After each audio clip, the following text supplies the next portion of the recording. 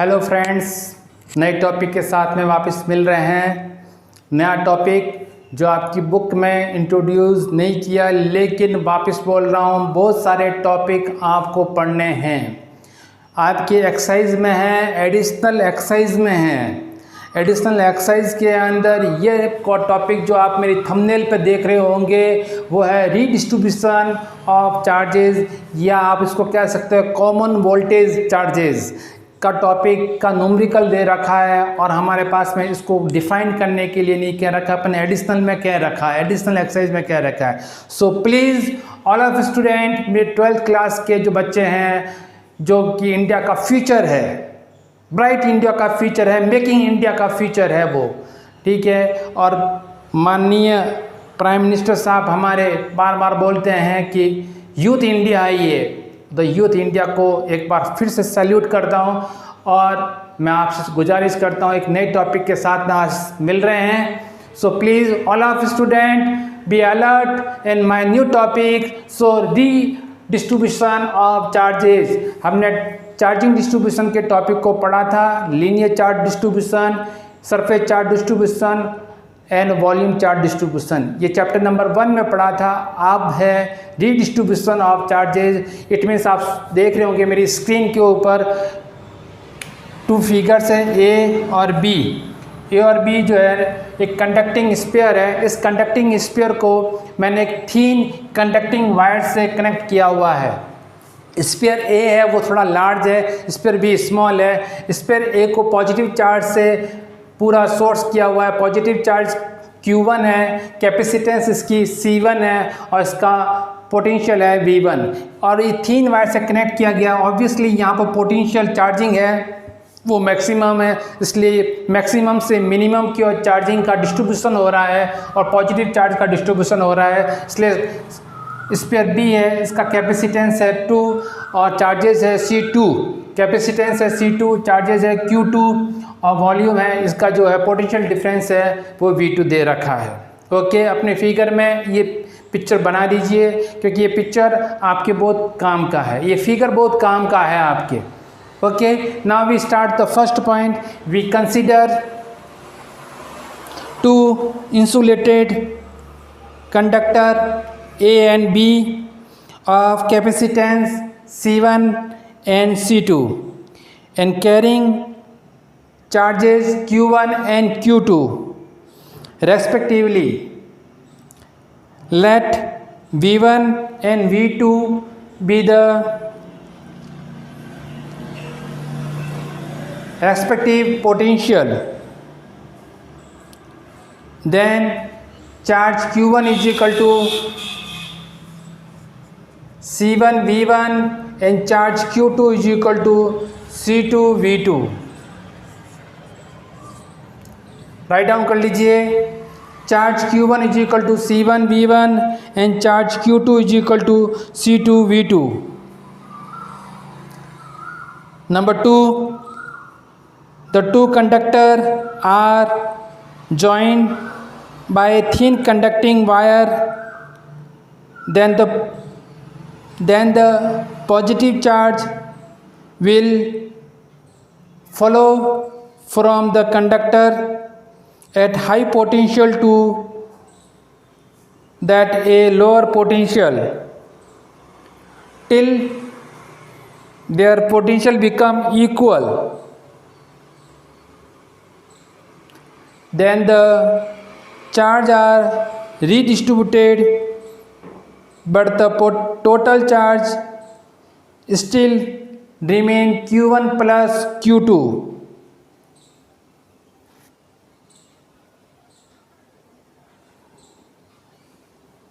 Now third point, the thin conducting wire is negligible and the conductor are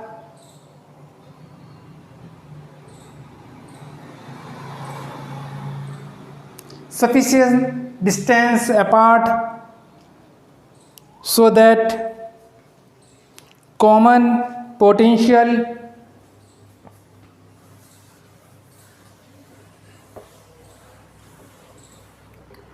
common potential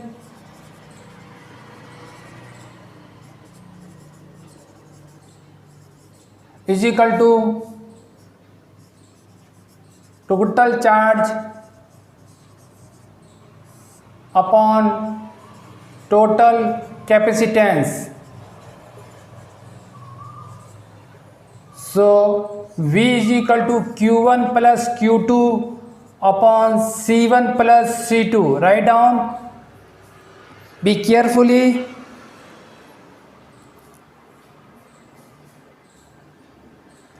Now total potential V is equal to C1 V1 plus C2 V2 upon C1 plus C2. Common potential के फॉर्मूले को इस type से आप generate करेंगे, इस type से आप इसको इंट्रोड्यूस करेंगे।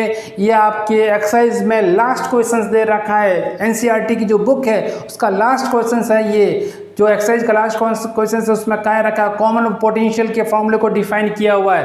तो कॉमन फॉर्मूले को कैसे हम लर्न करेंगे, very simple, V is equal to Q upon C के कंसेप्ट को लर्न करना है।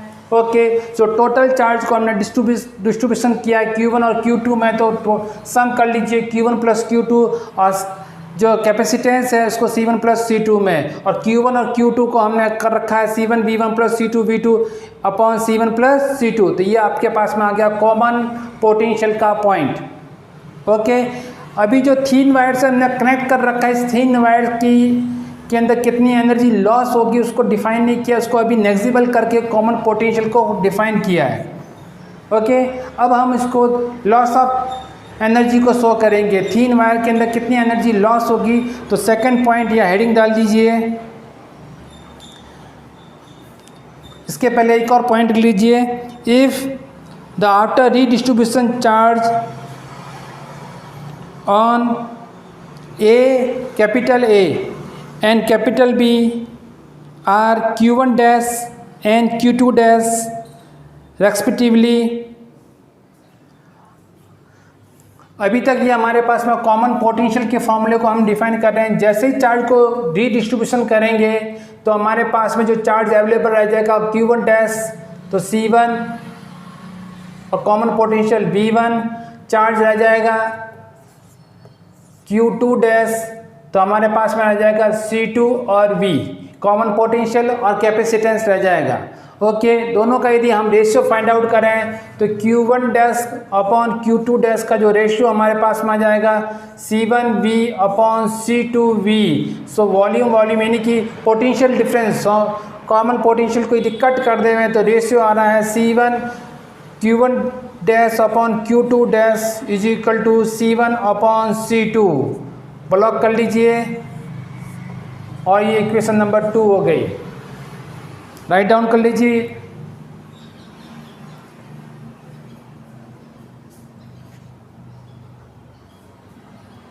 कंक्लूजन लिखें, after redistribution the charge on the two conductor are in the ratio of their capacitance. अब अगला हेडिंग इसमें ही डालें, loss of energy in redistribution of charge. फिलहाल अभी हमने लॉस ऑफ एनर्जी को इंट्रोड्यूस नहीं किया था। लॉस ऑफ एनर्जी के एक पॉइंट को, यानी कि वायर जो था कंडक्टिंग वायर, उस कंडक्टिंग वायर को हमने नेग्जिबल रखा था, उसके अंदर क्या इफेक्ट हो रहा है उसको नहीं हमने इंट्रोड्यूस किया था, तब हमारे पास में ये रिजल्ट आ रहे हैं। अब हम जब चार्ज रीडिस्ट्रीब्यूशन कर रहे हैं तो लॉस ऑफ एनर्जी कितनी रहेगी उसको हम एनर्जी स्टोर के फॉर्म में, फार्मूले के फॉर्म में जो हमने डेवलप किया हुआ है उसके फॉर्म में देखेंगे। क्योंकि लॉस ऑफ एनर्जी यानी कि स्टोरेज एनर्जी स्टोर की गई थी, फर्स्ट जो स्पेयर था ए स्पेयर ने जो एनर्जी स्टोर की थी और रीडिस्ट्रीब्यूशन करके जो चार्ज गिवन दिया बी को, तो कितनी एनर्जी का लॉस हुआ, तो टोटल लॉस एनर्जी हम डिफाइन करेंगे। तो इसलिए टॉपिक डाल लीजिए, अगला जो हेडिंग डाली है अंदर छोटा सा पॉइंट, ये loss of energy is redistribution of charge. इसी में लिखें आगे, let C1 and C2 be the capacitance and V1 and V2 be the potential of two conductor before they are connected together. Potential energy before connecting is, तो initially जो potential energy हमारे पास में आएगी U initial की जो half C1 V1 square plus half C2 V2 square, ये हमारे पास में इनिशियल मतलब जब स्टोरेज एनर्जी थी, फिर रीडिस्ट्रीब्यूशन करेंगे तब हमारे पास में चार्ज का रीडिस्ट्रीब्यूशन करेंगे, यानी कि एनर्जी लॉस होगी, तब हमारे पास में जो फाइनल एनर्जी रहेगी वो फाइनल एनर्जी हम इसको लिखेंगे और फिर दोनों को माइनस कर देंगे तो हमारे पास में टोटल एनर्जी आ जाएगी। तो इनिशियली एनर्जी लिख लीजिए, after connecting then common potential V, so common potential V is equal to Q1 plus Q2 upon C1 plus C2 is equal to Q1 V1 plus C2 V2 C1 plus C2। एक बार वापस repeat कर रहा हूँ, ये sphere A है और ये sphere B है। इस स्फीयर के अंदर कनेक्टिंग से पहले स्टोरेज एनर्जी का फॉर्मूला ये रहेगा, ओके। और स्टोरेज होने के बाद में स्टोरेज से पहले यानी कि कनेक्ट नहीं किया, थिन वायर से कनेक्ट नहीं किया, तब स्टोरेज एनर्जी ये, जैसे ही थिन वायर से कनेक्ट किया इसको और इसके बाद में ये थिन वायर से कनेक्ट करने के बाद में कॉमन पोटेंशियल डेवलप होगा। कॉमन पोटेंशियल डेवलप होने के बाद में जो फाइनल पोटेंशियल एनर्जी रहेगी वो फॉर्मूला हम डिफाइन करेंगे, उसका फाइनल जो फॉर्मूला होगा फाइनल पोटेंशियल एनर्जी का फाइनल होगा वो हाफ C1 V स्क्वायर रहेगा, क्योंकि कॉमन पोटेंशियल आ गया, plus half C2 V square रहेगा, ओके। ये कनेक्टिंग के बाद का प्रोसेस है, इसलिए हमने C1 प्लस C2 को कॉमन ले लिया और रिमेनिंग पोर्शन रहा V स्क्वायर। V स्क्वायर जो है आपकी कॉमन पोटेंशियल को शो कर रहा है, इसलिए आपके पास में फाइनल पोटेंशियल एनर्जी जो आपके पास में रही है हाफ C1 प्लस C2, और आपके पास में कॉमन पोटेंशियल एनर्जी को C1 V1 plus C2 V2 upon C1 plus C2 का होल स्क्वायर राइट डाउन कर लीजिए। बी केयरफुली राइट डाउन करना एक एक स्टेप को, क्योंकि मैकेनिज्म मेन है।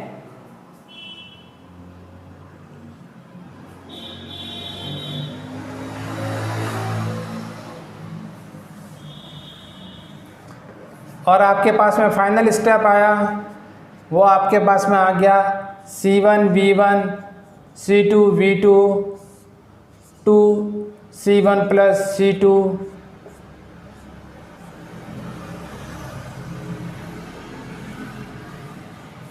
आप पूरे वीडियो में साथ में बने रहे हुए हैं, क्योंकि ये टॉपिक काफ़ी इम्पोर्टेंट है। ये टॉपिक आपकी बुक में नहीं है लेकिन न्यूमेरिकल है। एडिशनल एक्सरसाइज के अंदर आपको जो है फॉर्मूला डिराइव करना है, इसलिए मैं वापस कह रहा हूँ कि आप पूरे वीडियो को वॉचिंग करें और इस वीडियो के अंदर एक एक पॉइंट को आप अपनी नोटबुक में राइट डाउन करें, ओके। नाउ ये आपके पास में फाइनल पोटेंशियल एनर्जी आ गई। लास्ट पॉइंट लिख लीजिए, loss of energy.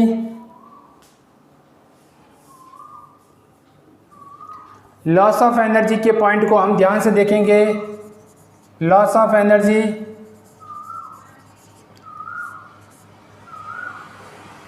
U is equal to UI minus UF, UI minus UF करेंगे, so U is equal to half C1 V1 square plus half C2 V2 square minus ये formula derive करेंगे C1 V1 plus C2 V2 upon C1 C2 2 और इसका square, okay. अब mechanism को आप solve out कर दीजिए, और जब आप मैकेनिज्म को सॉल्व आउट करेंगे तब आपके पास में रिजल्ट आएगा। 1/2 को यदि हम कॉमन ले लेवे तो C1 V1 square plus C2 V2 square, और आपके पास में यहाँ पर A प्लस B के फॉर्मूले से उसको खोला जाए तो C1 square V1 square plus C2 square V2 square plus 2 C1 C2 V1 V2 okay, और नीचे रहेगा आपके पास में C1 प्लस C2। आराम से लिख ले हुए मैकेनिज्म को।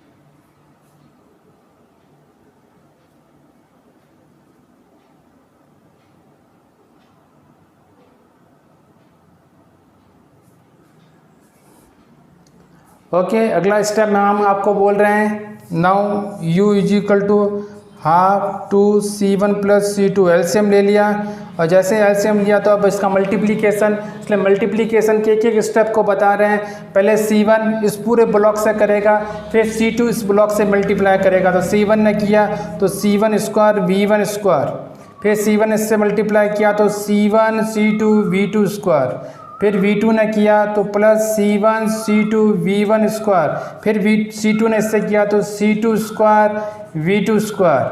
क्लियर हो गया? रिपीट वापस कर रहा हूँ। C1 पहले इससे मल्टीप्लाई करेगा, फिर प्लस साइन के साथ में C2 मल्टीप्लाई करेगा।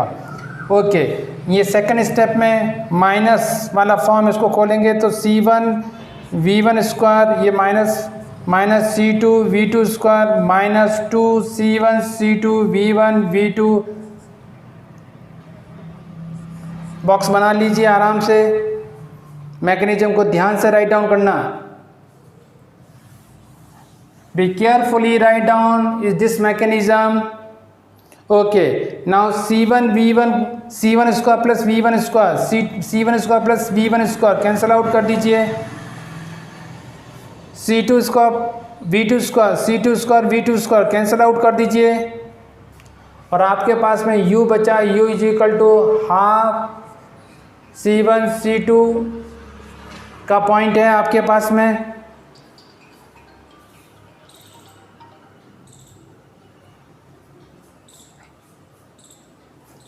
हाफ C1 C2 का पॉइंट आपके पास में है। अगेन रिपीट कर रहा हूँ, एलसीएम ले लिया आपने, अब इसके बाद में C1 से मल्टीप्लाई करेगा, C1 V1 से और C2 V2 से। C2 मल्टीप्लाई करेगा C1 V1 से, V1 का square plus C2 V2 square से। इस टाइप से रखेंगे, और जो कैंसिल आउट होंगे उसको कैंसिल आउट कर देंगे, और रिमेनिंग पोर्शन जो आपके पास में बच रहा है वो हम लिखेंगे C1 C2 V1 का square plus C1 C2 V2 का स्क्वायर, और यहाँ minus 2 C1 C2 V1 V2। Completely right down कर लीजिए।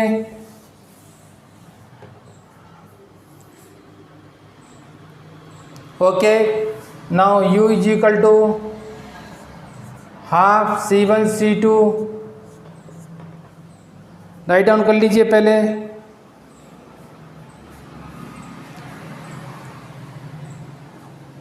अब हम यहाँ से C1 प्लस C2 को कॉमन ले लेंगे, और अंदर आपके बचता है V1 का स्क्वायर प्लस V2 का square minus 2 V1 V2। Okay, so half U is equal to C1 C2 upon half C1 plus C2, और ये आपके पास V1 माइनस V2 का होल स्क्वायर। राइट डाउन कर लीजिए।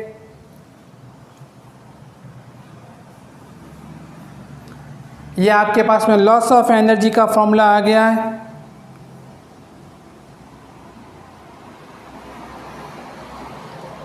और ये कंडीशन फॉलो कब होगी? जब V1 ग्रेटर देन V2 होगा, यानी कि स्फीयर A का पोटेंशियल डिफरेंस स्फीयर B के कंपेरिजन में मैक्सिमम होगा, तभी पोटेंशियल एनर्जी रहेगी वो पॉजिटिव रहेगी। ये तो पोटेंशियल एनर्जी कैसी हो जाएगी? नेगेटिव हो जाएगी। राइट डाउन कर लीजिए। अब मैं इसके ऊपर एक न्यूमेरिकल आपको राइट डाउन करवा रहा हूँ, जो कंप्लीट कर लीजिए। न्यूमेरिकल भी मेन है।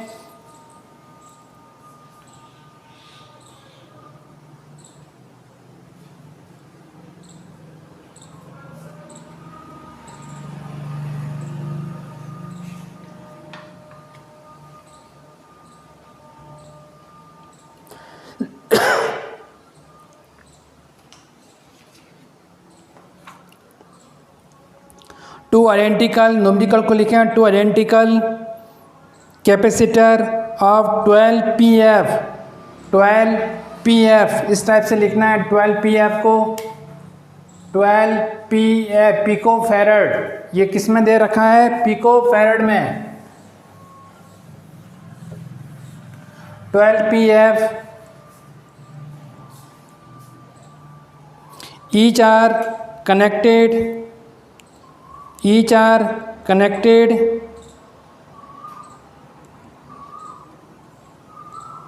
in series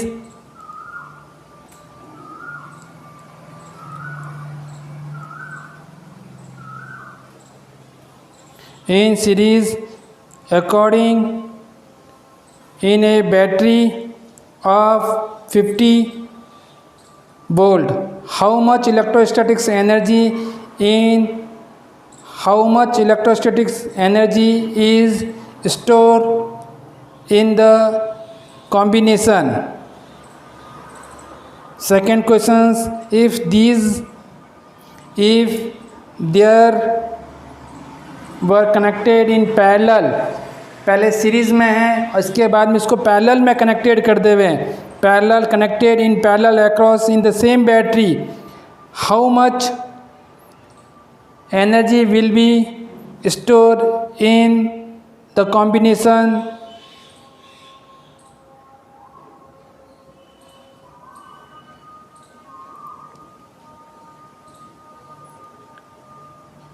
Also find the charge, draw the battery in each case. Okay, पहले मैं न्यूमेरिकल को आपको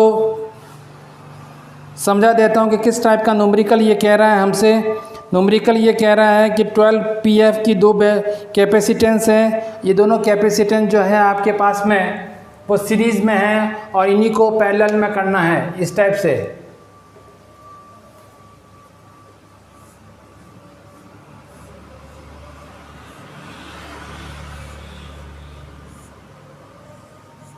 ये 50 वोल्ट का है, ये 12 pf है पिको फैरड और ये 12 pf है पिको फैरड। फिर ये कह रहा है कि दोनों कैपेसिटर को आप पैरेलल कर लीजिए और पैरेलल करके इनको सेम बैटरी से कनेक्ट कर दीजिए। कर दिया आपने?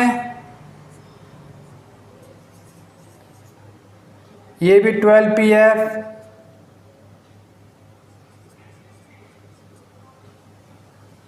और ये भी 12 pf।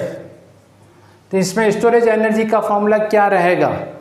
फिगर को पहले राइट डाउन कर लीजिए, सर्किट को राइट डाउन कर लीजिए। 12 की जो आपकी जो बुक है फिजिक्स में, इसमें सर्किट डायग्राम ज़्यादा दे रखे हैं, इसलिए सर्किट डायग्राम पर ध्यान ज़्यादा देना है आपको।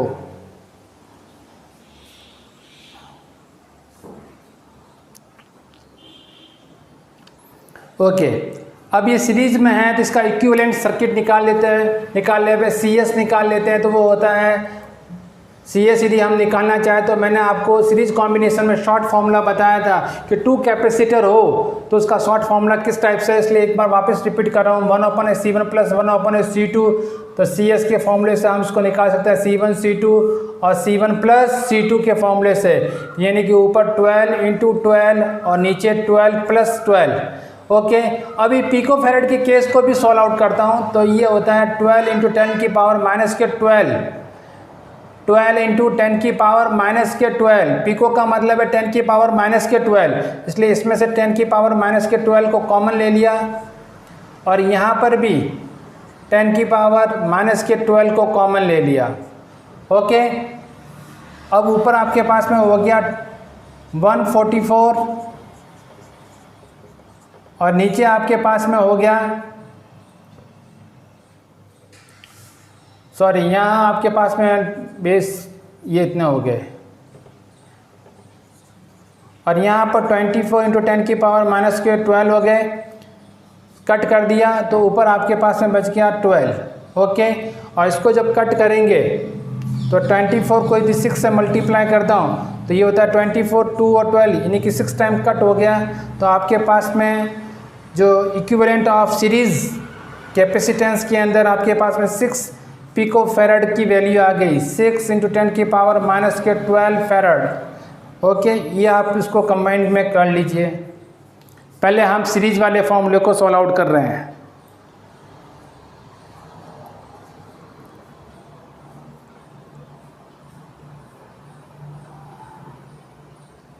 तो हमने equivalent capacitance of series combination में CS निकाल लिया। अब स्टोरेज एनर्जी निकाल रहे हैं, सीरीज की स्टोरेज एनर्जी। तो हमने आपसे बोला था जब सीरीज की स्टोरेज एनर्जी निकालनी है, एनर्जी जो स्टोरेज हो गई है, energy store in series combination. तो जब हमने आपसे कहा था कि सीरीज के फॉर्मूले में आपको यदि यूज़ करना है तो हाफ CV² को यूज़ करना पड़ेगा, इसलिए हाफ CS V² को, ये फॉर्मूले को हम यहाँ पर यूज़ कर रहे हैं। ओके, नाउ हाफ CS की वैल्यू 6 × 10⁻⁻12 और V की वैल्यू आपके पास में 50 का स्क्वायर दे रखी है। ओके, ये आपके कट हो गया, 3 आ गया, 3 × 10⁻⁻12 और ये 25 × 10 या 25,000 लिख लीजिए, आराम से लिख लीजिए इसको।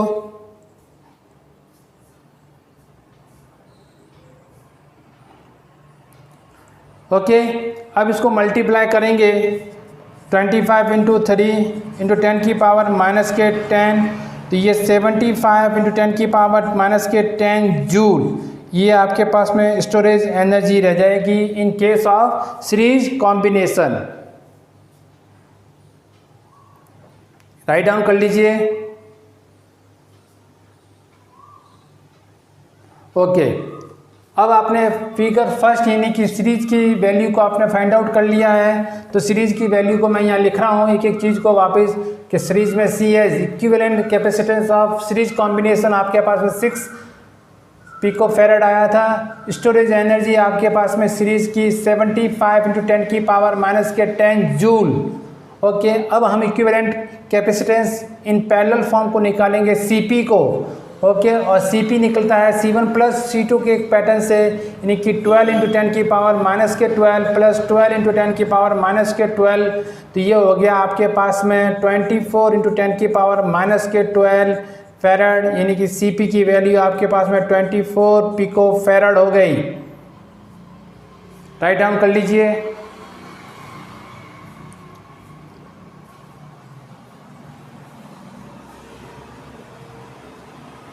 अब storage energy in parallel capacitance में लिख लीजिए। स्टोरेज एनर्जी के पैरेलल कैपेसिटेंस में देखेंगे, फिर कंक्लूजन निकालेंगे। तो वहाँ पर आपके यहाँ पर कितने आई है, सीरीज के अंदर इक्विवेलेंट कैपेसिटेंस क्या है 6, जबकि ये कितना है 12, क्योंकि पैरेलल में कैपेसिटेंस बढ़ता है, सीरीज में कैपेसिटेंस मिनिमम होता है। लेकिन स्टोरेज एनर्जी की कॉम्बिनेशन को भी शो करेंगे हम, तो स्टोरेज एनर्जी के फॉर्मूले को भी हम डिफाइन करेंगे। तो स्टोरेज एनर्जी के अंदर हम देखेंगे तो UP = half CP_V²। Half CP की जगह पर 24 × 10⁻⁻12 और 50 का स्क्वायर, तो आपके पास में CU की जो वैल्यू आएगी वो इसको कट कर देंगे 12 × 10⁻⁻12 × 25। ओके, ये हो गया 10⁻⁻10। अब 25 को 12 से मल्टीप्लाई करेंगे तो 50 × 5 तो 003, ये आपके पास में 300 हो गया, 300 हो जाता है। अब इसके अंदर से भी वैल्यू को माइनस करता हूँ तो 3 × 10⁻⁻8 जूल। ओके, तो यहाँ पर जो वैल्यू है वो UP की आ रही है, वो इस टाइप से आ रही है। इसको राइट डाउन कर लीजिए। इस टाइप से आपने सीरीज़ के अंदर और पैरेलल के अंदर वैल्यू को निकाल दिया। अब ईच ऑफ केस में चार्जिंग ड्रॉ कितना हो रहा है, कितना चार्ज ड्रॉ हो रहा है, तो लिख लीजिए charging draw from the battery bye series combination and parallel combination. कितना चार्जिंग ड्रॉ हो रहा है, और चार्जिंग ड्रॉ करना है आपके पास में जो दे रखा है, तो Q = सीरीज का CSV, और ये था 6 × 10⁻⁻12 और V दे रखा है आपके पास में 50। तो ये हो गया 300 इंटू 10 की पावर माइनस के 12।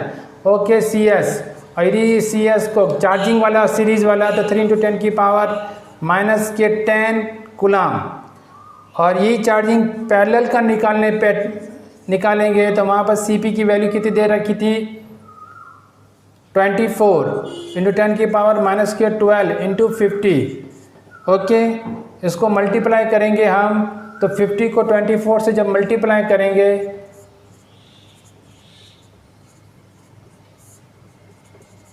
तो ये हो जाएगा 1200 इंटू 10 की पावर माइनस के 10। तो ये 12 इंटू 10 की पावर माइनस के 10 कूलम।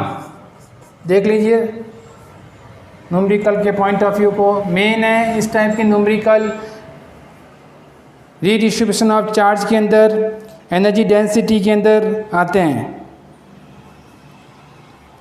और यदि हम और एक और डेसिमल को रखेंगे यहाँ पर तो 1.2 10 की पावर माइनस 9 कूलम आ जाएगा।